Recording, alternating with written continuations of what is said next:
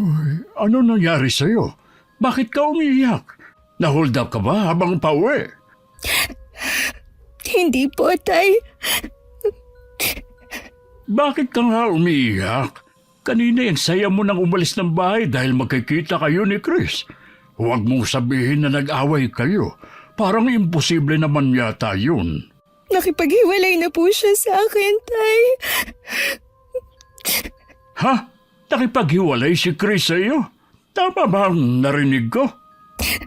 Tama po kayo lang narinig niyo. Kaya pala niya ako niyaya na lumabas dahil makikipaghiwalay na siya sa akin. Ang tagal na ninyong magkasintahan na. Bakit ngayon pa siya makikipaghiwalay? Meron ba siyang ibang babae? Wala pong iba. Napagod na lang po talaga siyang maghintay sa akin. Akala ko nagbibiro lang siya noon nung magbigay siya ng ultimatum sa akin. Alam niyo naman po na matagal na niya akong niyayayang magpakasal eh. Ay, di ba sabi ko naman sa'yo, pumayag ka nang magpakasal sa kanya? Mahal mo naman kamo siya. Nasa tamang edad na naman kayo pareho. Ay kung inaalala mo ko kaya ko naman ang sarili ko. Tay, nasa poder natin ang mga anak ni Ate Isabel. Hindi ko naman kayo pwedeng pabayaan na lang mag-isa na itaguyod sila. Kaysa naman masakripisyo ang sarili mong kaligayahan. Kung magpapakasal po ako kay Chris, hindi ko na po mauuna ang pagtulong sa inyo. Maiiba na po ang prioridad ko. Mabuti sana kung magbabago pa si ate. Habang tumatagal lalo siyang lumalala eh. Patawarin mo ko anak. Kung wala akong magawa sa ate mo, masyado na kasing mahaba ang sungay niya. Kaya hindi ko na siya masupil. Naaawa na lang ako sa mga anak niya. Kasalanan din kasi yun ni inay.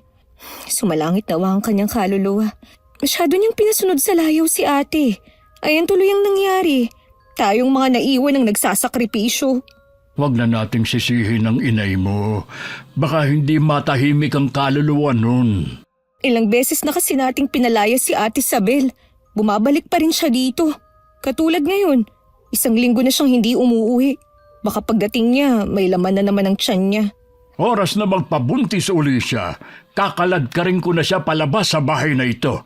Huwag na niyang dadagdagan ng 8 niyang anak. Sana nga po, Tay. Sa totoo lang, pagod na rin ako eh. Mahal ko ang mga pamangkin ko. Pero pakiramdam ko, nauubos akong parang kandila. 3 ang anak ni Ate Isabel sa unang asawa. Hiniwalayan siya dahil nagsawa na sa ginagawa niyang pakikipagbarkada at panlalalaki. Dinala naman ng bayaw ko ang 3 nilang anak. Ang 5 mga batang naiwan sa amin ay iba-iba na ang ama. Buhay dalaga ang kapatid ko hanggang na mga sandaling to. Umuwi ka pa talaga rito? Saan pa ba ako uuwi? Dito bahay ko. Sino na naman ang sinamahan mong lalaki, ha? Sana tuluyan ka na lang sumama sa kanya. Hindi yung magpapabuntis ka na naman tapos dito itatambak. Trabaho po ang dahilan ng hindi ko pag-uwi ng ilang araw, hindi po lalaki. Sa tingin mo kaya mapapaniwala mo ko, ha? Di wag kayong maniwala. Sige nga, kung trabaho talaga ang dahilan, nasan ang kinita mo? Ibigay mo sa akin para panggastos ng mga anak mo. Ipinambayad ko na sa mga utang ko Tsaka alam niyo naman na hindi naman regular ang trabaho ko. Sapat lang ang kinikita ko para sa sarili ko. Kita mo na. Kaya hindi mo ko mapapaniwala na trabaho ang pinagkakaabalahan mo Hindi ko naman kayo pinipilit na maniwala Pero sana wag niyo rin akong hanapan. Kahit naman hanapan kita, hindi ka rin naman nagbibigay kahit panggastos man lang ng mga anak mo. Aba, Isabel, kailan ka ba magbabago, ha? Lumalaki na yung mga anak mo. Hindi habang buhay nandito kami ng kapatid mo.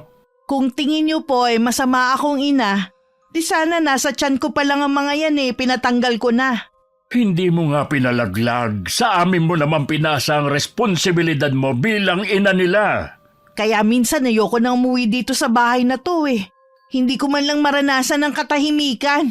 Katahimikan pala ang gusto mo Di magtino ka. Ayusin mo ang buhay mo. Tigilan mo ng pakikipagbarkada mo. Hindi ka na bata. Alagaan mo na lang ang mga anak mo rito. Kapag ako nakahanap ng mayamang lalaki, lalayasan ko na kayo. Yan ba ang tamang katwiran? Ha? Puro lalaki nasa isip mo. Sa tingin mo kaya aasenso ka sa paghahanap mo ng mayamang lalaki? Ako na nagsasabi sa'yo. Sa ugali mo yan, lalayo ang swerte sa'yo. Patutunayan ko sa inyo na mali kayo. Oras na yumaman ako, huyo kayo sa akin. Kahit hindi mayaman ang makuha mo, basta dalhin ka na lang niya kung saan. Malayo sa amin para wala na kaming sakit ng ulo. Tuwing dumarating si Ate Isabel, palagi na lang mainit ang pagtatalo nila ni Itay. Sanay na rin ang mga kapitbahay namin sa lakas ng mga boses nila. Araw ng sahod ko. Kaya bumili muna ako ng mga kailangan sa bahay at baon ng mga pamangkin ko. Nadatnan ko naman si Ate Isabel sa sala. Nilampasan ko lang siya at dumiretso na ako sa kusina. Sumunod naman siya sa akin. Sahod mo nga pala ngayon kaya ang dami mong pinamili. Huwag mo ngang pakialaman yan. Baon yan ng mga anak mo. Ang damot mo naman. Parang 1 piraso lang eh. Sakto lang yan, pambaon nila ngayong linggo. Bakit kasi hindi mo pa pinasobrahan? Sa taas ng mga bilihin ngayon, kailangan talagang mag-budget. Buti sana kung nag-aabot ka hindi naman. Ano, sesermonan mo rin ako? Hindi na, dahil pagod na rin ako sa'yo. Hindi ka naman nakikinig Pero mula ngayon, kargo mo na ang sarili mo. Hindi ka na pwedeng humingi ng perang panggastos mo sa akin. Parang hindi ka kapatid Titikisin mo na ako ngayon ha? Pasalamat ka nga ako na ang nagpapaaral sa mga anak mo Tapos gusto mo pang magpakargo sa akin. Swerte mo naman. Hindi naman iba sa'yo ang mga bata Mga pamangkin mo sila. Natural na tustusan mo ang pag-aaral nila dahil may trabaho ka at dalaga pa. Kung buhay pa ang inay, sungal-ngal na naman yung bibig mo sa kanya. Kailan mo ba maiisip na responsibilidad mo ang mga anak mo, ha? Dalaga ako, ate. Pero hindi ko magawa ang mga gusto kong gawin. Ang dami kong isinasantabi para sa mga pamangkin ko. Gawin mo ang gusto mo. Wala namang pumipigil sa'yo Huwag mo nang idahilan ng mga anak ko.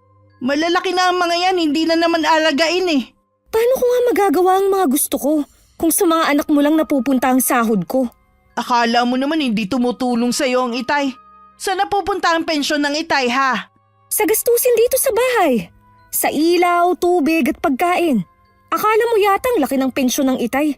Ikaw pa talaga ang may ganang paghanapan kami. Maghahanap na ako ng trabaho para wala na kayong maisumbat sa akin. Matagal mo nang bukang bibigyan. Pero hanggang ngayon, hindi ka pa rin nagkakaroon ng matinong trabaho. Kung meron man, kulang pa sa mga luho mo sa katawan. Kahit paano hindi ko na hinihingi sa inyo. Kung buhay lang sana ang inay hindi ganito ang sitwasyon ko. Kasi nga kinukonsinti niya ang mga mali mong ginagawa. Laging ako ang mali sa paningin niya. Kahit ginagawa ko na lahat para sa pamilya natin. Huwag mo sabihin na hanggang ngayon naiinggit ka pa rin sa akin. Sa tingin mo kaya may dapat pa akong kainggitan sa'yo ngayon? Minamaliit mo ba ako? Hindi ko ugali namang maliit ng kapwa ko. Lalo na ng kapatid. Kaya wag mo rin akong sasabihan na naiinggit ako sa'yo. Siguro nagsiselos lang ako noon sa atensyon na ibinibigay sa'yo ng inay. Pero matagal ko nang natanggap yun. Nahinto lang ang pagtatalo namin nang dumating ang itay. Nagmano lang ako sa kanya at nagpaalam na magpapahinga muna. Ang itay na lang ang nagtuloy ng pag-aayos sa mga pinamili ko. Ano na naman ba ang pinagtalunan nyo ng kapatid mo? Akala mo kasi kung sino yung anak nyo. Porke may magandang trabaho lang. Kung ano man ang narating ng kapatid mo dahil yun sa pagsusumikap niya. Oo na, siya na ang magaling sa lahat. Ano ba ang problema mo sa kapatid mo, ha? Imbis na magpasalamat ka sa kanya dahil siya ang tumutusto sa mga kailangan ng anak mo, ikaw pa itong nagmamalaki sa kanya. Di salamat sa kanya. Pero hindi ko naman siya inutusan na tustusan ng mga anak ko Kusa naman niya yung ginawa. Sa tingin mo, makakapag-aral ang mga anak mo kung hindi dahil kay Julia? Magkaroon ka naman sana ng utang na loob sa kapatid mo. Ayan na naman sa walang katapusang utang na loob. Kaya nga gusto ko na lumayo sa bahay na to Umalis ka na. Hindi kita pipigilan. Alam ko naman na hindi ninyo ako pipigilan. Siguradong matutuwa pa kayo. Dahil wala ka namang ginagawa kundi pasakitin ang ulo namin ng kapatid mo. Mula lang nung mawala ang inay, lagi na lang ako ang mali sa paningin ninyo. Siguro sinusulsulan din kayo ng babaeng yun, no? Itiko mo na lang yung bibig mo kung wala ka rin lang namang magandang sasabihin. Marami nang isinakripisyo ang kapatid mo dahil sa mga anak mo. Nawala ang lalaking pinakamamahal niya dahil pinili niya ang pamilya natin. Kung wala ka rin lang maitutulong, manahimik ka na lang. Ano po ba nangyari sa kanila ni Chris? Naghiwalay na sila dahil hindi na niya mahintay ang kapatid mo. Dahil hindi niya maiwan ang responsibilidad niya sa mga anak mo. Bakit parang ako ang sinisisi nyo? Pwede naman siya magpakasal kay Chris, ah. Ay sige nga, kaya mo bang pag-aralin ng mga anak mo? Hindi ka makapagsalita ngayon. Puro ka kasi yabang. Makaalis nga muna. Nakaka-bad trip naman sa bahay na to. Ay sige, umalis ka. Diyan ka lang naman magaling sa pagliliwaliw. Isang buwan na rin na maghiwalay kami ni Chris. Gusto ko sanang iwasan na makibalita. Pero ang mga kaibigan ko naman ang laging nagkukwento. Sabi nila may bago na daw nililigawan si Chris. Ang bigat tuloy ng dibdib ko na makauwi sa bahay. Ang mga bata po, Ay, nagpaalam na manunood ng liga ng basketball. Ay, hindi ka ba manunood? hindi po tay. Wala naman akong hilig manood ng mga ganong laro eh. Ay, para malibang ka naman sana. Napansin ko kasi pagkagaling sa trabaho nagkukulong ka lang sa kwarto mo. At kakaunti ka rin kumain. Pagod lang po ako sa trabaho, kaya mas gusto kong magpahinga. Hindi mo naman kailangan na itago. Alam kong nasasaktan ka pa rin sa paghiwalay ninyo ni Chris. Ay talaga bang wala ng pag-asa na magkabalikan pa kayo? Malabo na po tay. May nakapagsabi po sa akin na may bago na siyang nililigawan. Ang bilis naman yata. 1 buwan pa lang kayo naghihiwalay ah. Gusto na po kasi nun mag-asawa. 35 na po kasi siya ngayong darating na birthday niya. Tingin ko, hindi kanya ganun kamahal. Ang bilis niya kasi makahanap Hindi dahilan yung gusto na niyang mag-asawa. Tanggapin na lang po natin na hindi talaga kami para sa isa't isa. Mabait at maganda ka. Sigurado na may makikilala ka na mas higit sa kanya. Hindi po muna siguro ako tatanggap ng manliligaw. Magfo-focus po muna ako sa trabaho ko at sa mga pamangkin ko. Ay, pasensya ka na, anak ha. Kung dahil sa amin naisasantabi mong sarili mong kaligayahan. Kagustuhan ko rin po ito. At saka hindi naman kayo pabigat sa akin Malaki nga po ang naitutulong niyo sa akin. Ay, minsan nga nagkukwentuhan kami ng mga pamangkin mo. Sabi nila, pagbubutihin nila ang pag-aaral para maging tulad ka nila. Sana nga wala sa 3 babaeng pamangkin mo ang magmana sa kanilang ina. Kina CJ at Sayo naman wala akong nakikitang problema.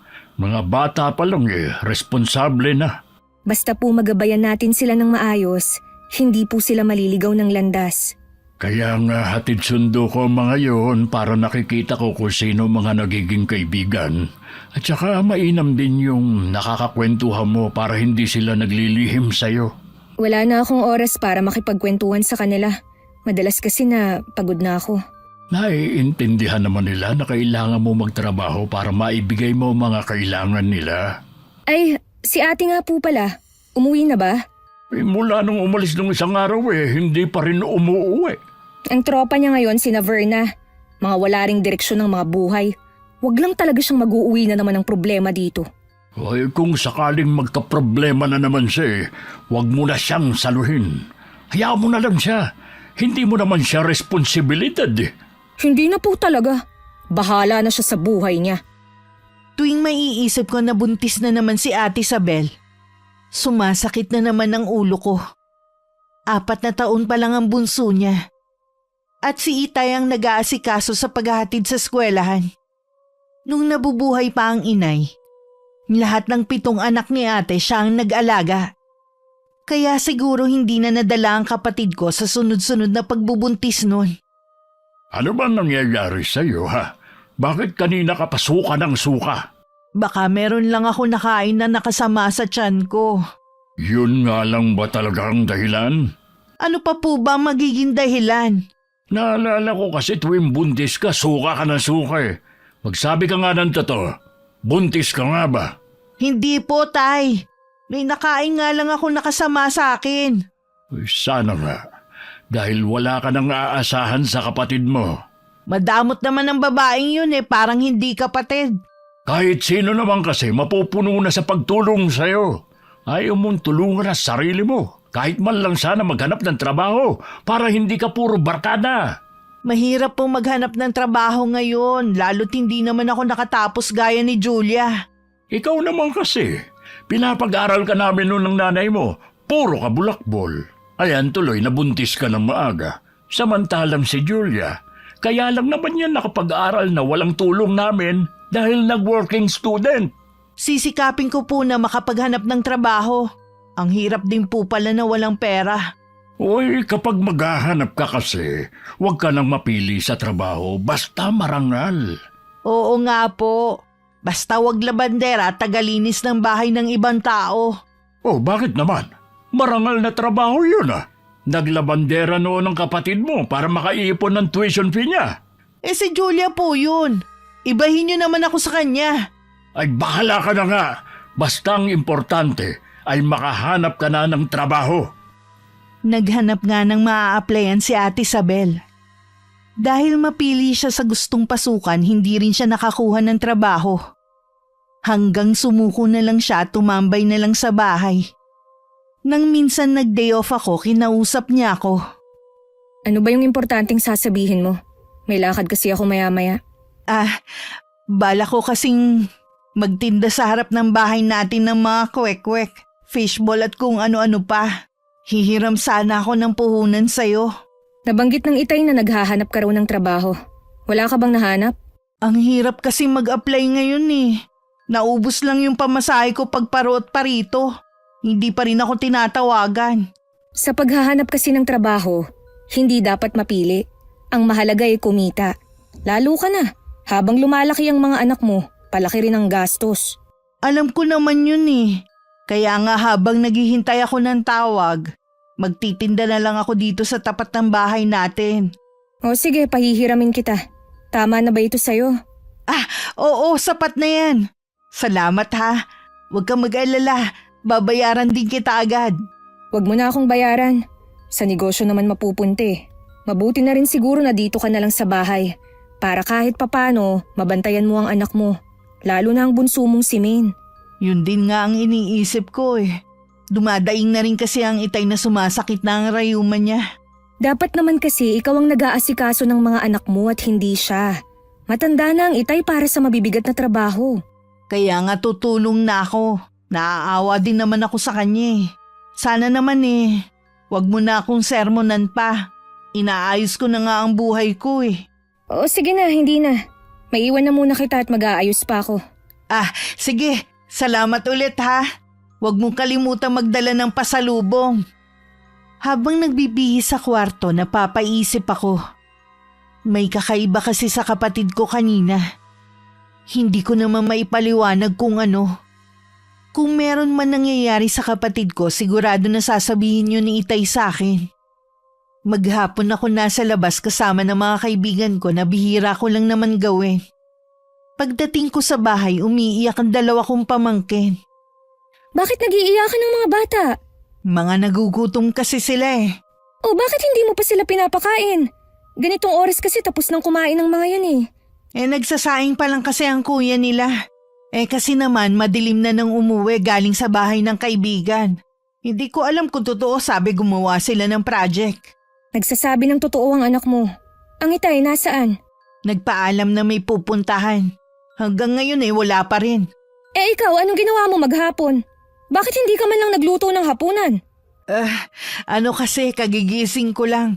Napabangon nga ako dahil nag-iiyakan ng mga bata Minsan ka na nga lang maiwan mag-isa dito sa bahay, hindi ka man lang nagluto.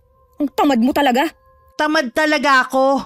Di sana umuwi ka ng maaga para magsaing. Inuuna mo pa kasi ang gala mo Anong sinabi mo ha? Mga anak mo ang kakain, hindi ibang tao. Tapos babanatan mo ako ng ganyang mga salita. Wala ka talagang kwentang ina. Sino ba naman ang gaganaan na pagsilbihan ng mga batang to? Wala naman silang galang sa akin eh. Hindi ko nga mautusan. Paano ka nila igagalang? Hindi ka naman nagpakananay sa kanila kahit kailan. Huwag mong kalilimutan na dinala ko sila ng 9 buwan sa tiyan ko. Kaya karapatan ko na hingin na irespeto nila ako. Ikaw lang ang nagluwal sa kanila. Pero kami ang nag-alaga sa kanila. 1 buwan ka pa lang nga nakakapanganak nun. Nandun ka na sa mga kaibigan mo at nagbubuhay dalaga ka na agad. Kung hindi ka talaga magbabago, hindi ka magagawang mahalin ng mga anak mo. Paano sinisiraan mo ako sa kanila? Kaya malayo ang loob nila sa akin. Hindi ko na kailangang gawin yun. Alam nila kung sino ang tunay na nagmamahal at nagmamalasakit sa kanila. Di ikaw na ang mahal nila. Sana lang panindigan mo ang pagiging pangalawang ina mo sa kanila. Dahil mula ngayon, wala na akong pakialam sa kanila. Panindigan mo rin sana na hindi ka na magbubuntis ulit. Dahil wala ka nang aasahan sa amin ng itay. Natigilan naman si Ate Isabel bago siya tumalikod at pumasok sa kwarto. Ako na lang din ang nag-asikaso sa mga pamangkin ko. Kinabukasan na kami nagkausap ni Itay dahil malalim na rin ang gabi nang dumating. Nag-away daw kayo ni Isabel kagabi. Yan ang sabi ng mga apo ko sa akin kanina. Nadatnan ko kasing nag-iiyakan ng mga bata kagabi. Yun pala, hindi pa nakakapagluto. Maghapon lang siyang nakahilata sa kwarto niya. Wala na talagang pakialam ang kapatid mo sa mga anak. Ayaw pala niya ng responsibilidad eh. Bakit siya nagparami ng anak? Tapos iba-iba pa ang tatay at wala man lang suportang natatanggap ang mga bata. Paano tayo maghahabol ng suporta? Hindi rin alam ng kapatid mo kung sino ang ama ng mga anak niya. Dahil sa kanya, kaya inatake ang inay niyo noon. Akala ko po ba may sakit lang ang inay. Kaya siya inatake dahil sa komplikasyon. Nalaman kasi ng inay mo na buntis na naman siya noon. Yun nga, kay Maine. Tinatanong siya ng inay mo, pero hindi daw niya alam. Habang nagtatalo sila, doon na nga inatake ang inay niyo.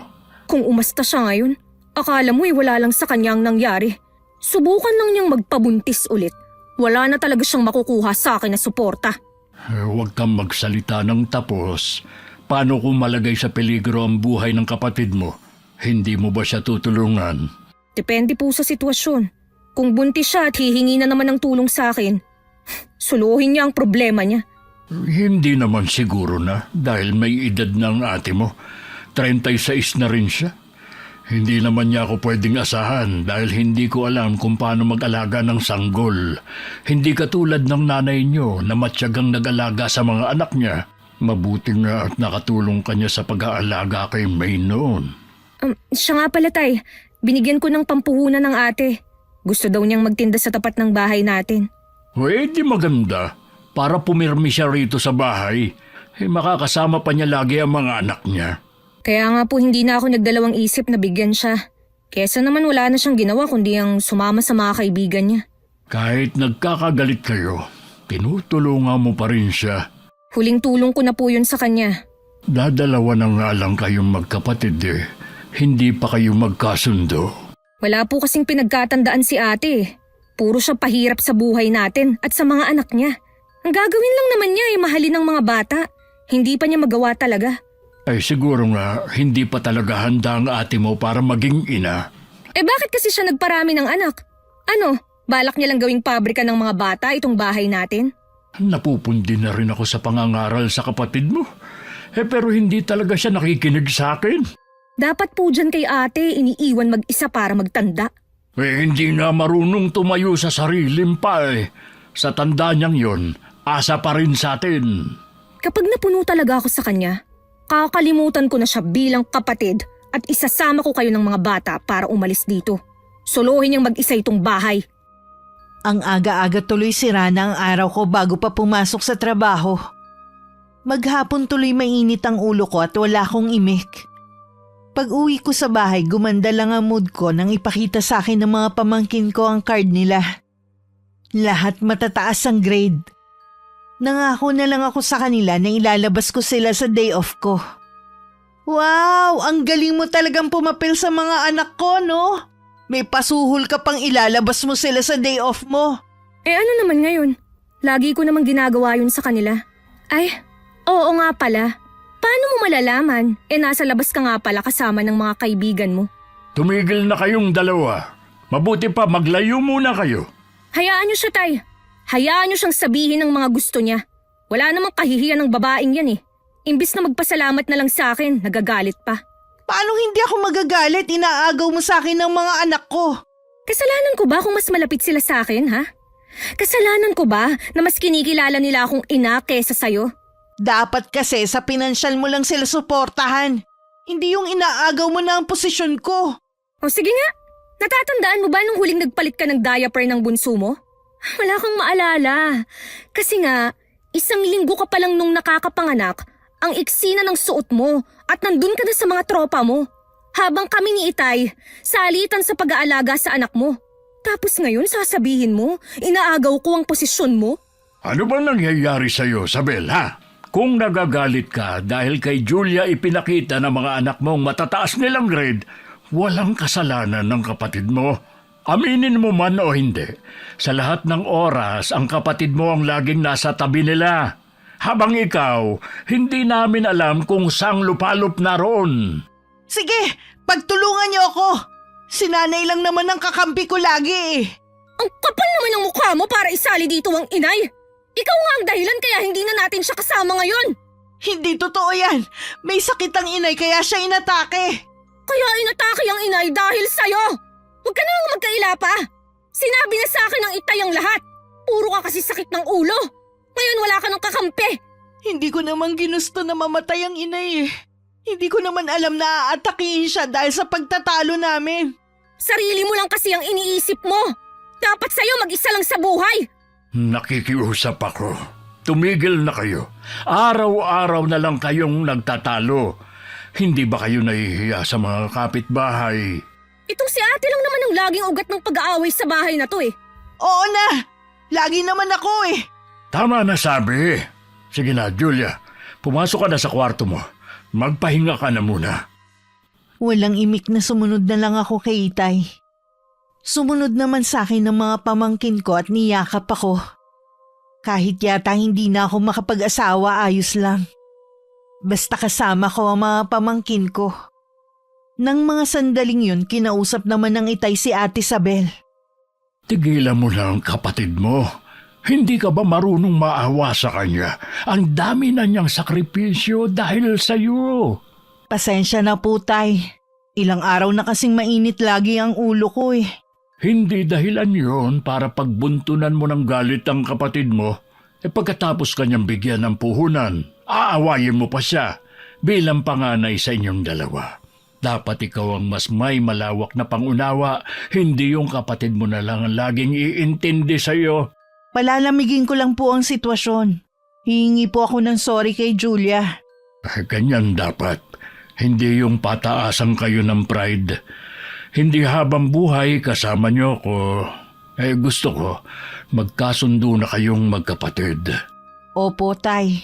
Huwag mo din sanang isipin na pinagtutulungan ka namin ng kapatid mo para din sa kabutihan mo kaya ka namin pinapagalitan. Alam ko naman po yun eh. Hindi ko lang po kasi maiwasan na magrebelde minsan. Yung pangarap ko kasing buhay nun, si Julia ang tumatamasa ngayon. Huwag mong kainggitan ng magandang katayuan ng kapatid mo. Pinaghirapan niya kung nasan man siya ngayon. Naalala ko pa ang mga pangaral ng inay nun. Sana sinunod ko na lang siya. Hindi sana ganito ang buhay ko. Hindi pa naman huli para magbago. Hindi ko po alam, Tay, kung saan ako mag-uumpisa eh. Umpisahan mo sa negosyong naiisip mo. Nandito lang ako para alalayan ka. Salamat, Tay, ha. Bukas na bukas po eh. Mamimili ko ng mga kailangan ko. Kinabukasan, maaga akong gumising. Nagulat pa ang Itay nang makita na may dala akong malaking bag. Hindi ko na kasi nabanggit sa kanya nung nagdaang gabi. May pupuntahan ako na may kinalaman sa trabaho. Mukhang matagal kang mawawala. 3 araw lang naman po, Tay. Mag-iingat ka sa pupuntahan mo, ha? Opo, Tay. Iiwan ko na lang po sa inyo ang panggastos ng mga bata. Sana pagbalik mo mag-usap na kayo ng ate mo, ha? Sa totoo lang, nahihirapan din ako sa lagi ninyong pagbabangayan. Siya naman po kasi. Wala nang maitulong dito sa bahay.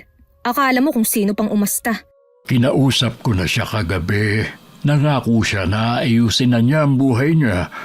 Bigyan natin siya ng pagkakataon na magbago. Sige po, Tay. Basta magbago na siya. Nakakapagod na rin naman siyang intindihin Uumpisa na niya ang pagtitinda. Sabi ko'y aalalayan ko siya para hindi siya mahirapan. Pag-uwi ko po kakausapin ko siya. Salamat, anak. Alam ko naman na mauunawaan mo rin ang ate mo. Ayoko rin po na makikita ng mga bata na nag-aaway kami. Ayoko rin naman pong malito sila kung kanino sila kakampi. Gusto ko pa rin naman na mahalin nila ang tunay nilang ina. Bali-baliktarin mo man kasi ang sitwasyon. Si Isabel pa rin ang ina nila. Sana lang magawa ng ate mo na makuha ang loob ng mga anak niya. Magagawa niya yun kung gugustuhin niya. Sige, Tay. Baka dumating na ang sundo ko. Sa labas ng bahay na lang ako maghihintay. Si tatay ang katukatulong ni ate sa pagtitinda niya sa tapat ng bahay namin. Sa loob ng 3 araw matumal ang naging benta niya. Sa kabila ng marami naming kapitbahay at matao sa lugar namin, halos mga bata lang ang bumibili. Bakit pinasok mo na agad ang paninda mo? Ay, wala naman pong bumibili. Uy, ilang araw ka pa lang namang nagtitinda sumusuko ka na agad. Wala pa kasing nakakaalam na nagtitinda ka dito. Sabi ko nga sa mga anak mo dapat ipagkalat sa lugar natin na may tinda tayo. Bukas na lang po ako magtitinda ulit. Napapagod na ako Gusto ko na muna matulog. Paano mo mababago ang buhay mo kung ang bilis mo sumuko at mapagod? Sa tingin ko po ang reputasyon ko sa lugar na to ang dahilan para hindi bumili sa akin ng mga tao. Ikaw lang ang nag-iisip sa bagay na yan. Siguro kung kasing tinulang ako ni Julia, baka marami din akong kaibigan dito. Di madami ang bibili sa akin. Kung ano-ano na naman yung sinasabi mo, kung ayaw mo magtinda, di sige, bukas na lang. Paano ako nito mag-uumpisa? Buisit naman na buhay to. Bakit ba umiiyak ka? Para ito lang Desperada na kasi ko tay kung paano kikita. Akala ko naman magandang ideya ang pagtitinda, hindi naman pala. Ang problema nga kasi sa'yo, ang bilis mong sumuko. Talagang malas ako. Walang taong malas, kaya alisin mo yan sa isip mo. Makaalis na nga lang. Uy, saan ka na naman pupunta? Kahit saan po, basta malayo sa bahay na to. Napapailing na lang ang itay sa ginawang pag-alis ni Ate Isabel. Siya na lang din na nagtuloy sa pagtitinda. Nagpatulong na lang siya sa mga apo. Nung dumating ako, madilim na. Naabutan ko na silang nagliligpit. Bakit po kayo ang nagliligpit niyan? Nasaan po si ate? Kanina pa siya umalis. Ano po? Huwag niyong sabihin na kayo ang pinagtinda niya. Hindi naman. Tinutulungan ko lang siya. Matumal nga ang benta. Kaya ayaw na magbenta ng ate mo. Parang ilang araw pa lang naman Matumal talaga Samantalang wala namang kakumpetensya. Wala po talagang tiyaga si ate. Kita niyo na? Lumayas na naman. Anong oras na naman kaya siya uuwi? Pakiramdam din niya ang malas niyang tao. Hindi naman yan totoo. Kaya niya yun nasasabi dahil puro palpak ang ginagawa niya. May matino siyang asawa nun, pero anong ginawa niya? Mas pinili niya ang mga kaibigan na masama naman ng impluensya sa kanya. Siya ang pumili ng buhay niya, kaya wag niyang sabihin na malas siya. Ganoon pa man, naaawa pa rin ako sa kanya. Kung ayaw na po niyang magtinda, magtatanong-tanong ako sa mga kakilala ko kung may alam silang pwede niyang pasukan. Salamat, Pia. Baka ito na rin ang susi para magkaayos kayo ng ate mo. Sana nga po. Pasensya ka na Hindi ko na naitanong. Kumusta ang lakad mo? Ayos naman po, Tay. Alam niyo po ba, nakita ko si Chris sa pinuntahan namin. Kasama niya yung bago niyang girlfriend. Nag-usap ba kayo? Sandali lang po. Ipinakilala lang niya sa akin yung babae. Mukha naman pong mabait. Alam kong nasasaktan ka pa rin sa paghihiwalay niyo. Umaasa pa rin ako na baka magkabalikan kayo. Ganon din po ako. Naghihintay ako na pumunta siya rito sa bahay. Nagdesisyon na po ako na tanggapin ang kasal na inaalok niya. Pero huli na pala ako. Plano na rin po nilang magpakasal. Ay, baka mayroong ibang nakalaan para sa'yo. Mas higit sa kanya. Sige tay, magpapahinga lang po ako. Hindi ka na ba maghahapunan? Hindi na po. Wala din akong gana. Mas gusto kong matulog. Tulog na nun ang mga pamangking ko at ang itay naman hinihintay ang pagdating ni Ate Isabel. Nakakaidlip na siya nang dumating ang kapatid ko na lasing. O tay, bakit gising pa kayo? Hinihintay kita. Nag-aalala pa naman ako sa'yo. Tapos uuwi ka lang ng lasing. Iniwan mo ang pagtitinda para uminom. Hindi ko naman po alam na may handaan kay na Verna eh. Tsaka, ngayon lang naman ako uminom. Talaga bang wala ka ng balak magbago, ha? Dahil lang sa hindi ako nagtinda ngayon, ang dami niyo nang sinabi. Huwag po kayong mag-alala, bukas sa bukas din magtitinda ako. Paano ka pa makakapagtinda kung wala ka ng puhunan? Sigurado na yung pera na ibinigay sa'yo ng kapatid mo, ibinili mo na ng alak. Di humingi ulit kay Julia, marami naman pera yun eh. Diyan ka magaling, ang umasa sa kapatid mo. Bakit ba kayo nagagalit na naman? Nangako ka na ayusin mo na ang buhay mo eh. Pero ano na naman tong ginagawa mo? Isang araw ka palang nagsasabi, ngayon balik ka na naman sa dati mong gawi. Anong gagawin ko? Malas nga ako eh. Kahit anong gawin ko, mailap ang swerte sa akin. Puro na lang kasi malas ang lumalabas sa bibig mo eh. Magsumikap ka kasi para magbunga na maganda ang gagawin mo. Hindi yung konting hirap lang sumusuko ka na. Ang dali naman sabihin yan dahil wala kayo sa sitwasyon ko eh. Ginusto mo naman na malagay sa ganyang sitwasyon na. May matinukang asawa at pamilya noon. Pinagpalit mo lang sa mga kaibigan mo at sa panlalalaki mo. Matagal nang tapos yun. Pinagsisihan ko lang ginawa ko. Hindi pa ba sapat na iniwan ako ng asawa ko at 3 anak? Tama lang na iwang ka. Imbis na magtinukay, lalo ko pang nagpakasira. Hindi ka na naawa sa mga anak mo. Pwede ba, tay? Bukas nyo na lang ituloy ang paninermon nyo. Inaantok na ako eh. Huwag kang bastos. Kinakausap pa kita. Huwag ka munang tumalikod. Bukas na nga lang sabi.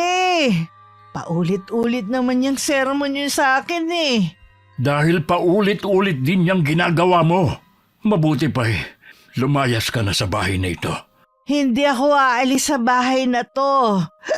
May karapatan din ako dito, hindi lang kayo ni Julia. Kung hindi ka aalis, kakalad ka rin na lang kita palabas.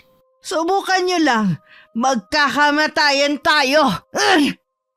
Hindi na nakapagsalita pa ang itay nang itulak siya ni ate. At parang walang nangyari na naglakad papasok ng kwarto. Natitigilan naman ng itay. At napahawak pa sa dibdib at hinagod-hagod yun. Lingid sa kanya narinig ko lahat ng pagtatalo nila. Tinanghali ka na yata ng gising ngayon. Kanina pa nakapasok ang mga bata. Wala po akong pasok ngayon. Narinig ko po kagabi ang pagtatalo niyo ni Ate Isabel. Ay, hindi ko na alam ang gagawin sa ate mo. Umuwi na naman siyang lasing kagabi at naubos na ang puhunan niya sa pagtitinda. Kahit naman po kasi tulungan natin siya.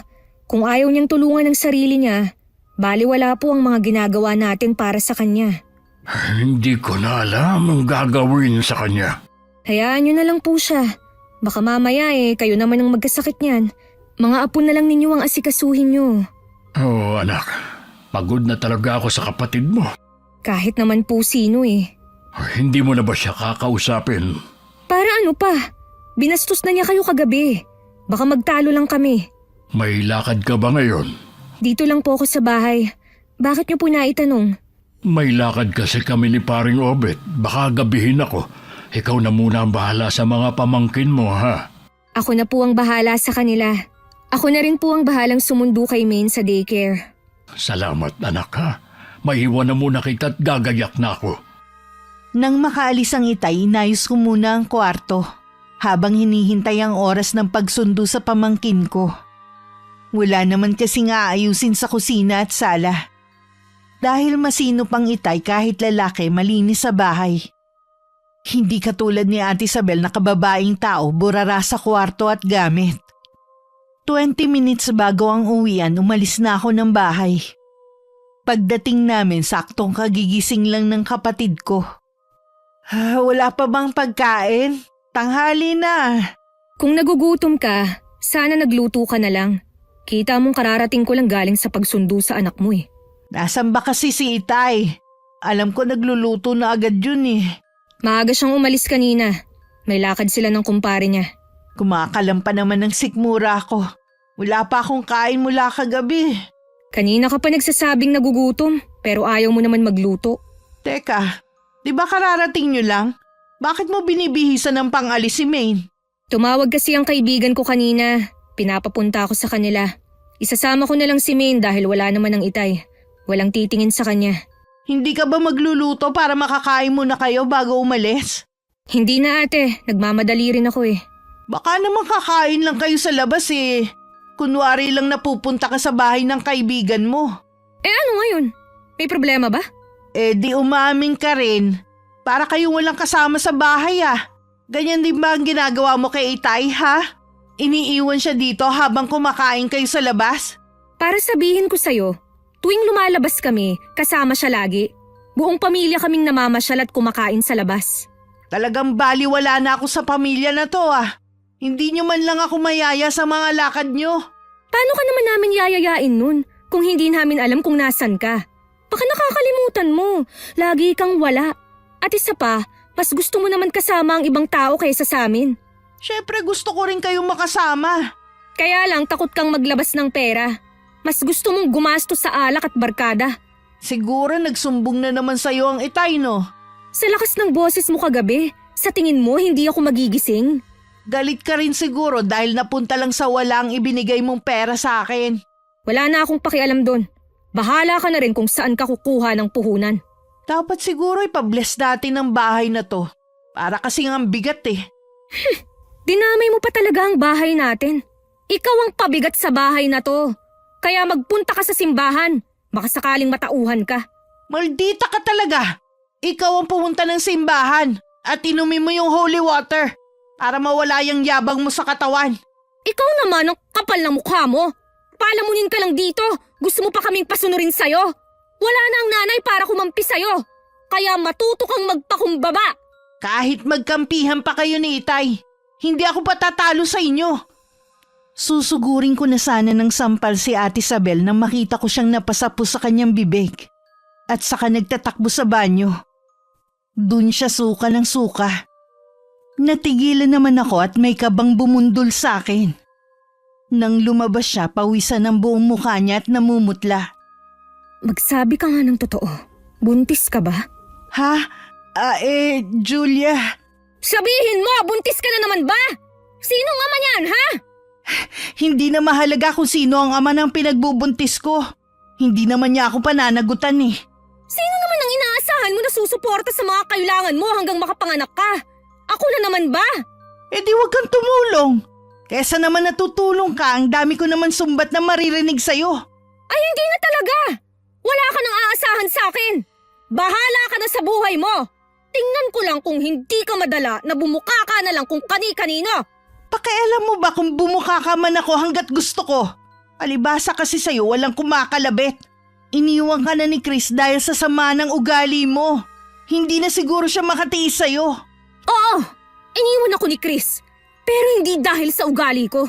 Sa ilang beses niyang pag-aalok sa akin ng kasal, ilang beses ko rin siyang tinanggihan.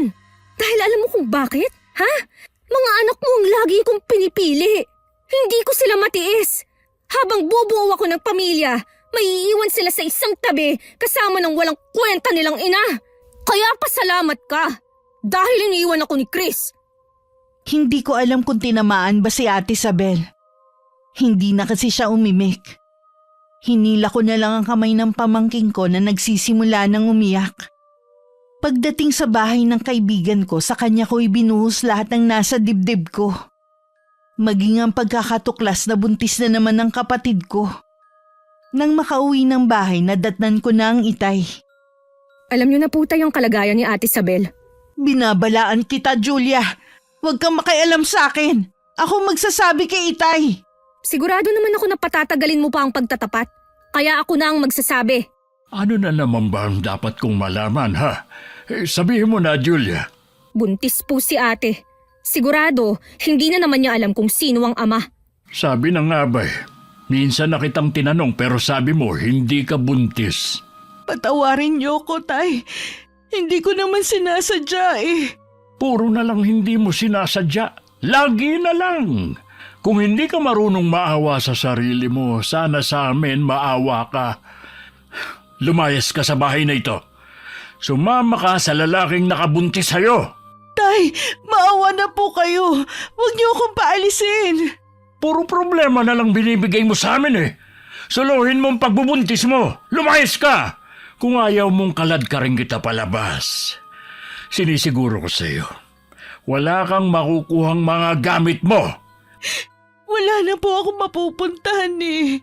Ang sabi ko, puntahan mo ang nakabuntis sa'yo. May asawa po siya. Hindi po niya ako mapapanagutan. Wala ka na bang kahihiyan, ha? Kung wala ka sanang makuhang seseryoso sa'yo, sana nakontento ka na lang sa mga anak mo. Sila na lang sana ang minahal at inalagaan mo. Hindi ko naman po alam na lolokohin niya ako eh. Sabi niya hiwalay na sila ng asawa niya. Sa tanda mong yan, nagpaloko ka pa sa mga pambobola? Ang sabihin mo, ginusto mo rin. Sino ang lalaki nakabuntis sa'yo? Sino siya? Magsalita ka! Si Errol po. Ang manugang ni Aling Rufina? Hindi ba nasa Maynila siya nagtatrabaho? Umuwi na po siya dito sa atin. Sa dami ng lalaki, si Errol pa talaga. Alam mo bang may sakit sa puso ang asawa niya? Paano kapag nalaman niya? At hindi ka ba talaga natatakot kay Aling Rufina, ha? Wala akong pakialam sa matandang hukluban na yon. Magsama sila mag-ina. Pwes, hintayin mo ang karma mo. Sigurado ako, hindi basta mananahimik ang matandang yun, oras na malaman niya ang totoo. Bakit ba takot na takot kayo sa matandang yon, ha? Hindi mo ba alam? Usap-usapan dito sa lugar natin na may lahing mangkukulam yan si Aling Rufina. Chismis lang yon, hindi totoo. Ang punto dito, nakasira ka ng pamilya. Ililihim ko na lang ang tungkol sa pagbubuntis ko. Kailan mo ba nailihim ang pagbubuntis mo, ha? Oras na lumaki yan, pagpipiestahan na naman tayo ng mga taga rito. Wala na tayong magagawa nandito na to eh. Kahit tadtarin niyo ako ng masasakit na salita, hindi ko na maibabalik ang nakaraan. Sana kasi ginamit mo yung gamong-gumong utak. Kahit ngayon lang sana. Tama na! Tigilan na ninyo ang pagtatalo. Ayos lang po kayo, Tay.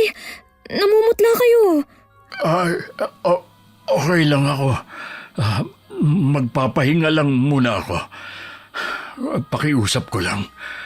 Tumigil na kayo sa pag-aaway niyo. Mula ng araw na yon, lalong lumayo ang loob namin sa isa't isa ng kapatid ko. Hindi na rin siya pinaalis ng Itay. Pero sinabihan na ituloy ang pagtitinda sa tapat ng bahay namin. Pero imbis na sumunod, puro pag-inom ng alak lang ang hinaharap. Wala ka na bang gagawin kundi ang maglasing, ha? Pangsyam mo na yung pinagbubuntis mo. Hindi mo pa rin alam na makakasama yan sa sanggol. Pabayaan niyo na lang kasi ko, Tay. Kung pwede lang sana. Kaso nandito ka sa pamamahay ko. Pananagutan pa rin kita. Ang gagawin mo na lang, alagaan ang pinagbubuntis mo, hindi mo pa magawa. Inaalagaan ko naman po kaso mahirap. Paano mahirap? Dahil hindi ka binibigyan ng pera ng kapatid mo? Wala man lang pagmamalasakit sa akin. Gusto ko magpa-check up, ayaw man lang ako bigyan. May libreng center dyan sa malapit. Doon ka magpa-check up. Makakalibre ka pa ng gamot. Ayoko nga po dyan, Tay. Pag-uusapan lang ako ng mga tao Magtiis ka, ginusto mo yan Kausapin niyo naman po si Julia. Kailangan ko rin po ng mga gamit ng bata. Matuto kang dumiskarte. Hindi yung iaasa mo na naman sa kapatid mo. At isa pa, hindi ko siya pwedeng piliting bigyan ka. Napakadamot talaga ng babae yun. Sana hindi ko na lang siya naging kapatid. Na mabuti pa matulog ka na. Kung ano-ano na kasi ang sinasabi mo. Manda sa akin ng babaeng yung pagdating niya. Siya ang malis sa buhay ko Hindi ka ba titigil, ha? O na, matutulog na ako. Sana hindi na ako magising para tapos na ang problema ko. Ikaw naman tong gumagawa ng problema mo eh. Umuwi ako ng bahay na balisa. Agad naman yun napansin ng itay kaya inusisa niya ako. Tinanong ko muna si ate kung nasan. Ayoko kasing marinig niya ang sasabihin ko. Buti na lang kanina pa raw tulog. Pinapakaba mo naman ako eh. Sabihin mo na kung ano ba yun. Patay na po si Errol. Sabi ng ilan, kinulam daw ng biyenan dahil inatake sa puso ang anak dahil sa pambababae nito. Ito na nga ba ang kinatatakutan ko eh. Ang tigas kasi ng ulo ng kapatid mo. Ano po ang gagawin natin? Hindi natin mapipigilan ang galit ni Aling Rufina. Siguradong gagantihan niya ang ate mo. Pero susubukan ko pa rin siyang kausapin. Sasamahan kita, Tay. Baka kung ano ang gawin niya sa inyo. Kaya ko siyang harapin. Dumito ka na lang. Tay, si Aling Rufina natatanaw ko mula rito. Nasa labas siya ng bakuran natin at dito nakatingin. Siya na nga yan. Parang meron siyang binubulong sa hangin. Huli na yata tayo. Lalabas po ako at kakausapin ko siya. Dito ka lang. Delikado kung lalabas ka. Baka sa'yo mapunta ang orasyon. Ano kaya ang gagawin niya kay ate? Katulad kaya kay Errol? Hintayin mo lang ako rito. Tay! Huwag na po kayong lumabas! Hindi nakinig sa akin ng itay. Lumapit ako sa bintana at pinanood ko ang pag-uusap nila. Kitang-kita ko ang galit sa mukha ni Aling Rufina habang nakikipag-usap kay itay. Ilang minuto rin nagtagal ang kanilang pag-uusap bago umalis ang matandang babae. Bumalik na rin ang itay sa loob ng bahay. Ano pong sabi niya? Gagantihan niya ang ate mo. Kahit anong gawin ko'y hindi ko siya mapakiusapan. Wala na rin pala ang anak niya. Kaya labis ang galit niya. Hindi natin siya masisisi. Nag-iisa lang ang anak niya tapos nawala pa. Mag-isa na lang siya sa buhay ngayon. Maghahanap ako ng albularyo na pwedeng makatulong sa atin. Bakit ba nangyayari to sa atin? Naging mabuti naman tayong tao. Pagsubok lang ito sa atin. Manalig ka lang. Malalampasan na rin natin ito. Kasalanan lahat to ni ate. Puro na lang kamalasan ang dinadala niya sa bahay na to. Pati tayo dinadamay niya. Wala na tayong magagawa. Kahit paulit-ulit mong sisihin ang kapatid mo. Dapat dyan, pinapalayas na lang para suluhin niya ang galit ni Aling Rufina. Huwag mong hangarin ang kapahamakan ng kapatid mo. Iisang dugong nananalaytay sa inyo. Siya nga po walang pakialam sa atin. Lalo na sa mga anak niya. Julia, saan ka pupunta? Anong gagawin mo? Sa bugso ng nararamdaman ko, pinasok ko sa kwarto niya si ate. Hinila ko ang kumot niya at pilit siyang ginising. Pupungas-pungas naman siya na napatingin sa akin. Ano ba? Natutulog ang tao, gigisingin mo. Bastos ka talaga, no? Ikaw, ano ka ha? Isang haliparot na babae na nanira sa pagsasama ng mag-asawa. Ano bang problema mo, ha? Ikaw! Ikaw ang problema namin ni Itay! Hindi ko alam. Puro hindi na lang alam? Hindi mo ba alam? Patay na si Errol! Kinulam siya ng biyenan niya dahil natuklasan ng anak niya ang tungkol sa inyo. Dahilan para atakihin sa puso ang pobre. Lahat ng yon kasalanan mo! Totoo ba yan? Parehong wala na ang mag-asawa? Tay? Totoo lahat. Ngayon, galit na galit si Aling Rufina. Nandito nga siya kanina eh. Ikaw ang isusunod niya. Tay, ayoko pong mamatay. Tulungan niyo ako. Sana kasi nag-isip ka rin. Hindi yung puro kakatihan mo lang ang inaalala mo. Oo na, kasalanan ko na. Nagsisisi na ako sa mga nagawa ko. Tay, ayoko pa pong mamatay. Paano ang mga anak ko? Kailan mo ba sila inisip, ha? Kahit mamatay ka, hindi nila yung daramdamin. Alam kong tingin niyo sa akin pabaya at walang kwentang ina. Pero mahal ko ang mga anak ko. Gusto ko pa rin makabawi sa kanila. Sana nun ka pa bumawi, hindi ngayon. Solusyonan mong mag-isa ang problema mo. Julia! Julia! Bumalik ka muna rito at mag-usap tayong tatlo. Hayaan niyo na lang siya, Tay. Napuno na talaga siya sa akin. Isa sa nagpapalakas sa mangkukulam ang pag-aaway ng magkakapamilya. Kailangang manaig ang pagmamahalan sa isa't isa para matalo natin ang itim na kapangyarihan. Malabong may natitira pang pagmamahal sa akin si Julia. Ni konting simpatya nga sa nangyayari sa akin, hindi ko siya makitaan eh. Nabubulagan lang siya na matinding hinanakit sa'yo. Pero mahal ka ng kapatid mo. Sana nga po, Tay. Hindi pa huli ang lahat para magkaayos kami.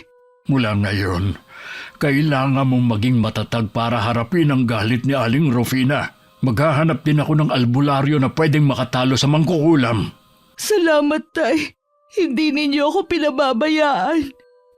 Kung saan-saan naghanap ang itay ng albularyo. Nagtanong-tanong na rin siya sa mga kakilala pero puro magtatawas lang ang alam nila. Habang tumatagal naman, tumitindi ang takot ni Ate Isabel. Hindi rin kasi siya makalabas ng bahay dahil tuwing gagawin niya yon, parang tinutusok ng libo-libong karayom ang talampakan niya. Marahil isa yun sa mga ginawa niyang orasyon. Ayaw kanya makalabas ng bahay para hindi mo matakasan ng kanyang paghihiganti. Humingi kaya ako sa kanya ng kapatawaran. Pinuntahan ko siya sa bahay nila pero wala na siya. Walang nakakaalam kung saan siya lumipat. Talaga nagtago na siya para hindi natin matuntun. Nakahanap po ba kayo ng albularyo? Hindi pa, anak. Pero marami naman ang tumutulong sa atin para makahanap. Bakit hanggang ngayon wala pa rin? Huwag kang mawalan ng pag-asa. May awa ang Panginoon. Maririnig din niya ang mga dasal natin. Baka sa sobrang sama ko na kaya hindi niya pinakikinggan ang mga dasal ko. Huwag mong sabihin yan. Kahit ang pinakamasamang tao sa mundo, pinakikinggan niya. Ikaw pa kaya na nagsisisi sa mga nagawang pagkakamali? Lagi masama ang pakiramdam ko, Tay. Tuwing hapon nilalagnat ako. Alam ko meron nangyayari sa loob ng katawan ko. Hindi kaya dahil sa pagbubuntis mo? Pakiramdam ko, Tay, patay na ang sanggol sa sinapupunan ko. May iba sa loob ng katawan ko at yun ang gumagalaw. Pipilitin kong makahanap ng albularyo. Kahit manghihilot, magsasama ako dito para matignan ka. Hindi ako makapaniwala sa itsura ni Ate Isabel ngayon. Sobrang payat niya kasi at parang hindi na dinadaluyan ng dugo ang katawan niya sa sobrang putla ng balat. Luwa na rin ang mga mata niya at kita ang mga buto sa leeg. Nakaumbok na rin ang mga gauod na ugat sa mga binti niya. Naglalagas din ang buhok niya. At maging mga kuko niya ay nangingitim na rin. Papasok ka na ba sa trabaho? Oo. Mag-iingat ka sa biyahe ha. Sabi sa balita may bagyo daw ngayon. Kaya pala makulimlim ang langit. Ilang buwan na yung tiyan mo? 7 o 8 na siguro. Hindi ka sigurado? Hindi ka ba nagpapacheck up? Hindi Kahit kailan talaga irresponsable ka. Nandyan lang ang center Tinatamad ka pang pumunta. Kasi Oo, alam ko na. Nahihiya kang makita ng mga tao sa labas na ganyan ang itsura mo. Yan pa ba ang mahalaga sa'yo, ha? Hindi mo man lang iniisip ang ipinagbubuntis mo. Iha, gustuhin mang lumabas ng ate mo, hindi niya magawa. Kasama sa orasyon ni Aling Rufina na hindi siya makalalabas ng bahay na ito. Ibig sabihin, gumagana na ang kulam kay ate? May palagay din ang ate mo na patay na ang sanggol sa kanyang tiyan. Bakit lumalaki pa rin ang tiyan niya? Dahil mayroong ibang nilalang sa loob ng tiyan niya. Baka hinihintay lang ang kapanganakan ng ate mo para maisagawa ni Aling Rufina ang kanyang paghihiganti. Wala pa po ba kayong nakikita na albularyo? Wala pa rin hanggang ngayon. Kailangan ko na sigurong tanggapin na hanggang dito na lang ako. Ate, wag mong sabihin yan. Sa totoo lang kasi napapagod na ako sa nangyayari sa akin Akala ko ba mahal mo ang mga anak mo? Tapos sumusuko ka na agad. Alam ko naman na hindi niyo pababayaan ng itay ang mga anak ko. Malilate na pala ako sa trabaho. Mamaya na lang ulit. Mag-iingat ka, anak. Dalhin mo ang payong dyan. Sa isang iglap, ang galit na nararamdaman ko sa kapatid ko ay biglang naglaho. Napalitan yun ng labis na awa sa kanya. Para maibsan ang bigat sa dibdib ko, ikinuwento ko sa kaibigan ko ang nangyayari sa bahay. Anong nararamdaman mo? Pinupulikat po ang paa ko. Ang sakit. Teka, hihilutin ko. Ayoko na, Tay. Hirap na ako. Gusto ko na lang matapos to. Manalig ka lang. Malalampasan mo rin ito. Gusto ko munang makahingi ng kapatawaran sa mga anak ko at kay Julia bago man lang ako mamaalam. Ang mabuti pa. Magpahinga ka na muna. Ikukuha kita ng pagkain mo. Hindi niyo kailangan umiwas, Tay. Doon na rin ako papunta. Alam niyo yan. Parang naririnig ko ang boses ng kapatid mo. Ang aga naman niyang dumating ngayon. Pumasok na ako sa loob ng kwarto ng kapatid ko kasama si Aling Lucia. Sabay pa silang napatingin sa kasama kong matandang babae. Siya po si Aling Lucia, nanay ng kaibigan ko. Kararating lang niya nung isang araw galing probinsya. Kilala po siyang albularya sa lugar nila. Magandang hapon sa inyo. Napakalakas ng kapangyarihan na mangkukulam na yon. Dapat nga po kanina pa kami. Kaya lang po, ang daming nangyari sa daan. Para bang may pumipigil sa amin na makarating dito. Kahit anong gawin niya, hindi niya ako mapipigilan na gamutin si Isabel. Ngayon pa lang po ay nagpapasalamat na ako sa inyo. Sa totoo lang, nawawala na kami ng pag-asa na gagaling pa ang anak ko. Ngayong nandito na ako, kami ang magtutuos na mangkukulam na yon. Tayo na po muna sa labas, Tay. Iwan na natin ang ate kay Aling Lucia. Naiiyak din si Ate Isabel. Alam ko na luha yun ng kaligayahan. Bigla ring umaliwalas ang kanyang mukha dahil sa nasilip na pag-asa. Hindi naman ako nagdududa na mapapagaling nga ni Aling Lucia ang kapatid ko. Sabi kasi ng kaibigan ko lahat ng mangbabarang at mangkukulam ay natalo na matandang babae. Maging ang iba't ibang uri ng elemento. Huwag ka matakot, Iha. Ibigay mo sa akin ang buong pagtitiwala mo. Opo. Alam ko naman po na kaya niyo akong pagalingin eh. Ano bang nararamdaman mo ngayon? Pakiramdam ko po pinupunit ang katawan ko. Alam ko po na patay ng sanggol sa sinapupunan ko pero ano po kaya ang gumagalaw sa loob ng tiyan ko? Tama ka. Patay na ang iyong anak. Nadamay siya sa galit na mangkukulam na yon. Kailangan nating mailabas ang sanggol na yan. Paano niyo po ilalabas ang sanggol kung hindi pa naman po ako manganganak? Umupo ka at isandal mo ang ulo mo. Inumin mo to. Katas to ng iba't ibang uri ng herbal na mula pa sa lugar namin sa probinsya. Sige na, inumin mo na. Bakit po ganito ang amoy? Ganyan talaga yan. Sige na, ubusin mo. Ang pait. Nakakasuka. Tiisin mo lang. Gumiginhawa nga po ang pakiramdam ko ngayon. Maya-maya lang epekto na yan. Habang nag-uusap kami ng Itay, narinig namin na sumigaw si Ate Isabel. Akma sanang papasok ang Itay nang pigilan ko. Hayaan na lang po natin sila. Alam ni Aling Lucia ang ginagawa niya. Hindi ko lang kasi maiwasan na kabahan pa din.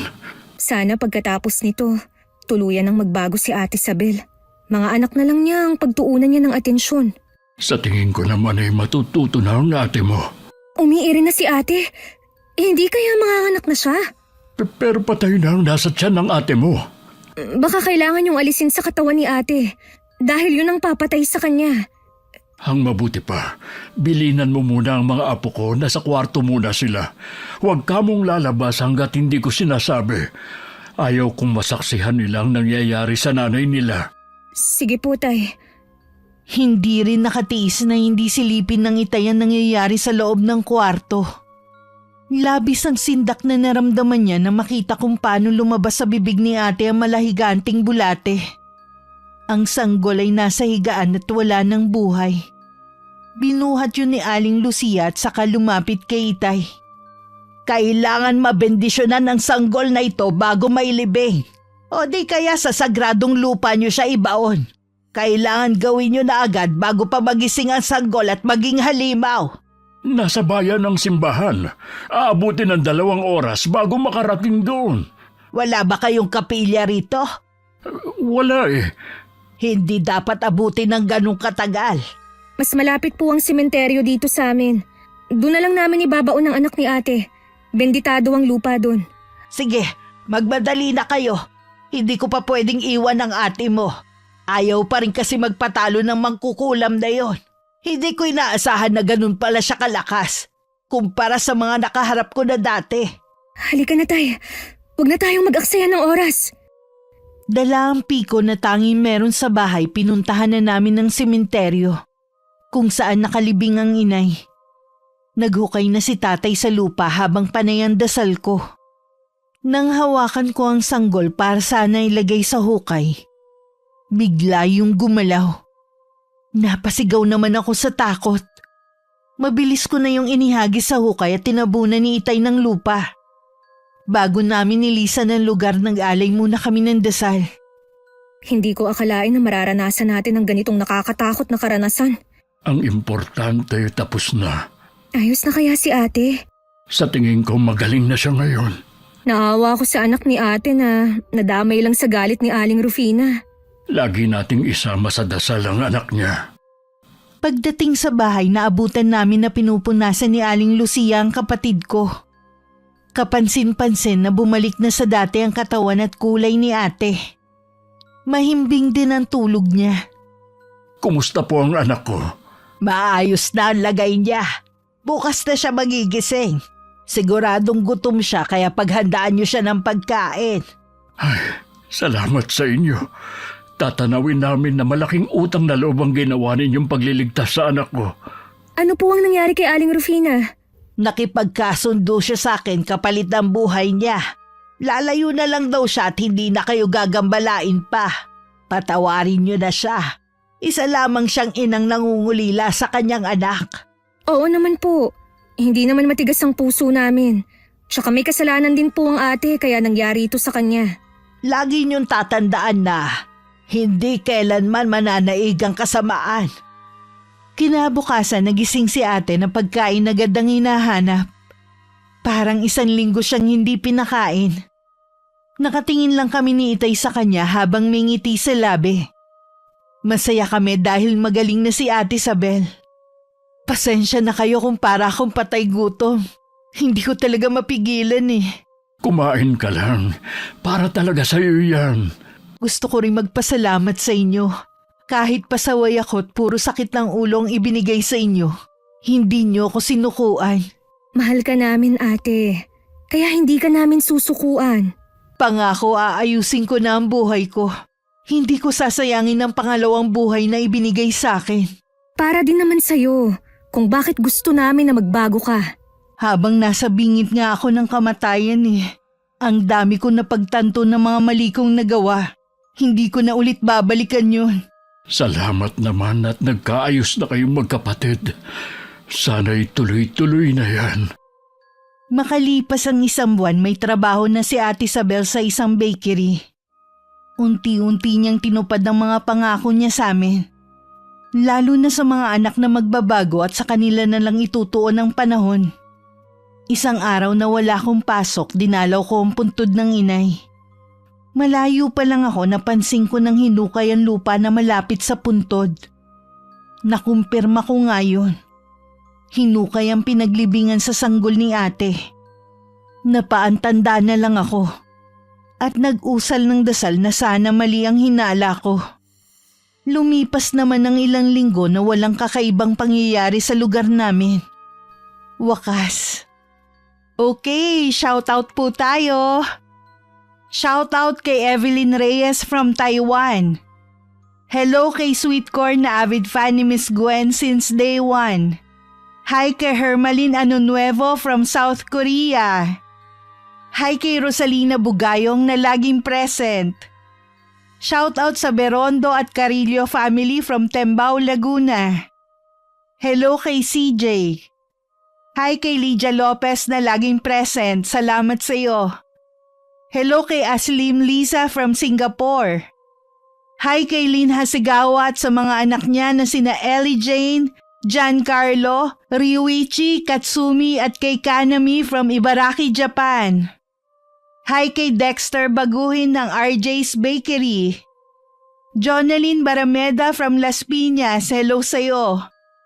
Hi kay Jingle Pabatal at sa Pabatal at Mangkaw family from North Cotabato. Hello kay Ces from Brunei. Shout out sa asawa ni Tolits na si Arian Aquino ng Lumban, Laguna. Hi kay Jay Landagan from Davao City. Hello kay Emily Bianan from Saudi Arabia. Hi kay Annex Manzano from Pangasinan. Hi kay Marisa Villanueva from Italy. Hi kay Monet Taningco from Singapore. Shout out kay na Alvin na Tonton ng S Magno Advertising. Hello sa mag-asawang sina Brenda at Michael from Fujairah, UAE. Shout out kay Jomar Gutierrez at sa buong Gutierrez family. Hello kay na Marie at Ke. Hi kay Mayre Notarte from General Santos City. Hello kay Marivic Lantosa from Muntinlupa. Hi kay AZ Girl from Iligan City. Hello po kay na Ma'am Myra, MJ, Alex, Joanna, Meruel, Sir June, Sir Alex, Sir Ryan at kay Rog ng Sales and Marketing Department na laging nagpapakain. Shoutout galing kay Megs. Isidro Tamaliwan from Tugigaraw. Hi kay Roseda Baquel from Sultan Kudarat, Maguindanao. Hello kay Sunny Colina. Shout out sa Arangale and Duklayan family from San Jose Occidental, Mindoro. Hi kay Rosaline Vicariato from Kuwait. Hi kay May Sofia from Angeles, Pampanga. Hello kay Josephine Bonducan. Hello kay Shari from Japan. Hi kay Charmaine Basmayoruelo from Bicol. Hello kay Mary Jane Gonzalez from Kapalonga, Camarines Norte. Hello kay Raquel Hasegawa from Osaka, Japan. Hi kay Jeep Vic Bernaldez from Taguig. Hi kay Lenny Nicolas from Nueva Ecija. Hello kay Chandler De Guzman from South Korea. Hi kay Jessica Sobremonte from Quezon City. Hello kay Lalaine Cuestas from Belgium. At hello kay Melinda Pacaira from Hong Kong. Maraming salamat po sa pagsuporta nyo at pakikinig. Hanggang sa susunod, ingat, God bless.